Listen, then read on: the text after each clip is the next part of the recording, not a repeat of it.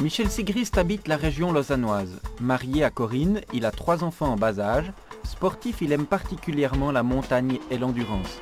Passionné de la Bible, il étudie la théologie pendant 6 ans, puis après une expérience dans le ministère pastoral, il a rejoint la Ligue pour la lecture de la Bible, une association interconfessionnelle dont il est le directeur en Suisse romande. Ce qui est exceptionnel avec la Bible, c'est quand tu te balades avec, tu as le sentiment d'être une bibliothèque municipale, puisqu'en fait, dans la Bible, tu as 66 livres. 66 livres écrits par une quarantaine d'auteurs sur 1500 ans d'histoire. C'est un recueil de livres. 1500 ans d'histoire, très bien, mais alors est-ce que ce n'est pas peut-être un livre un peu dépassé ?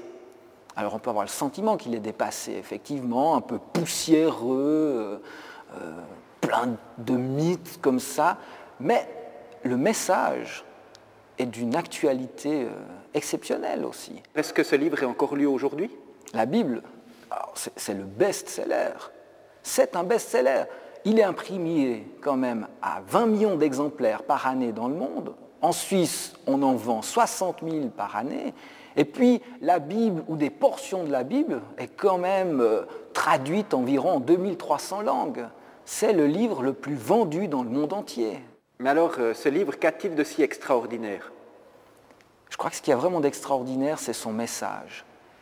Moi, je comparerais un peu la Bible comme une lettre d'amour qui nous a été écrite par Dieu. Dieu nous aime et il veut nous le dire, alors il nous a écrit cette lettre. Et je dirais, la plus belle partie de cette lettre d'amour, c'est quand même de voir Dieu qui envoie son Fils par amour pour nous sortir de ce côté de rébellion, ce côté où on va en faire qu'à notre tête. Il va jusqu'à envoyer son Fils. Pourquoi lire la Bible ? Moi, j'ai 3 raisons principales. La première, c'est que c'est un best-seller. Donc je me dis, s'il y a tant de personnes qui sont battues pour traduire, pour imprimer, pour écrire ce bouquin, c'est qu'il y a une bonne raison de le lire.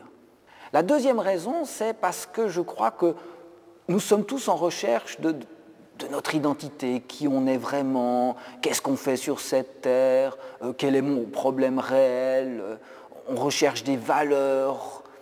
Eh bien, je crois que la Bible répond à ces questions. Elle nous dit qui nous sommes, quel est notre problème, comment le résoudre aussi.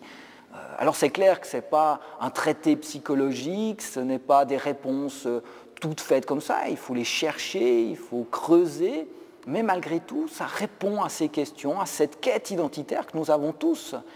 Et puis la troisième raison, c'est que je suis convaincu que tout être humain a quelque part une image de Dieu. Alors cette image, elle peut avoir toutes les formes possibles, mais on a tous une image de Dieu, on recherche tous Dieu. Eh bien la Bible nous dit qui est vraiment ce Dieu. Elle nous dessine quelle est la vraie image de Dieu. Alors, en lisant ce livre, je vais découvrir qui est Dieu. Comment la lire ? Donc il y a plusieurs méthodes pour lire, mais on peut aller du début à la fin, en commençant au premier livre, de la Genèse jusqu'au dernier, l'Apocalypse. Mais c'est vrai qu'en suivant comme ça toute la Bible, on traverse des livres qui sont plus difficiles à lire. Parce qu'il faut avouer que dans la Bible, il y a des livres quand même plus difficiles. Alors moi, je vous conseille tout simplement de commencer par l'évangile de Luc, puisque c'est l'évangile sur lequel a été basé le film que vous venez de voir. Alors comment faire ? Très concrètement, il faut prendre un petit moment dans sa journée, tranquille, si possible dans un endroit où on est bien. Si vous aimez le café, on boit un petit café avec, on ouvre la Bible et on la lit. Et là, il faut oser se poser toutes les questions qui nous passent par la tête, que le texte nous pose. Par exemple, quand on est au début de l'histoire de Jésus, comment ça se fait que Marie peut tomber enceinte comme ça, qu'est-ce qu'il fait ? Oser se poser la question, puis on les note sur un petit bout de papier, puis ensuite on prend peut-être un petit moment pour y réfléchir. Alors, surtout, ce qu'il faut penser quand on lit la Bible, c'est qu'on n'est jamais tout seul. Si on y croit, on peut prier Dieu pour lui demander de nous aider, et puis aussi, on peut aller demander à d'autres. On peut leur poser les questions qu'on se pose et réfléchir ensemble. On peut aller voir quelqu'un qui est dans une église et lui dire « Tiens, vous, comment vous comprenez cette question ? Comment vous pouvez y répondre ?» Donc, premièrement, je lis. Deuxièmement, j'essaie de comprendre. Puis troisièmement, c'est ce qu'on dit, on médite. C'est-à-dire qu'on cherche à comprendre ce que le texte me dit vraiment à moi. Comment est-ce que je peux vivre ce que le texte me dit? Par exemple, quand je lis une phrase qui dit « tu aimeras ton prochain comme toi-même », comment est-ce que je vais le vivre concrètement? Est-ce que la Bible a un impact réel? Alors, très concrètement, c'est un impact dans la vie de chaque jour. Si on se laisse vraiment interpeller par ces textes et qu'on a envie de suivre ce qu'ils nous disent, on va changer et puis ça va avoir un impact dans ma vie et puis ça a un impact sur la société. Alors là, je donne juste un petit exemple. J'ai fait mes études à Aix-en-Provence et puis j'étais à côté de la faculté de droit où les professeurs venaient donc demander à ceux qui étudiaient la théologie, donc la Bible, mais venaient expliquer à nos étudiants ce que c'est la Bible parce qu'ils ne comprennent plus le droit. Le droit dans notre société a été fortement influencé par les valeurs qui sont dans la Bible. Quand on achète un nouvel ordinateur, on a un mode d'emploi, il y a des livres qui sortent, par exemple Windows pour les nuls et ainsi de suite. On a aussi ce genre d'aide pour lire la Bible. On a des aides de lecture qui nous donnent des textes, qui nous donnent des petits commentaires et qui nous aident à lire la Bible parce que, comme je l'ai dit, il y a des textes qui sont des fois difficiles et qu'on ne peut pas comprendre tout seul. Ce qui est génial avec la Bible, c'est que ce n'est pas réservé ni à une élite, ni à des vieux, ni à des jeunes, mais c'est vraiment pour tous les âges.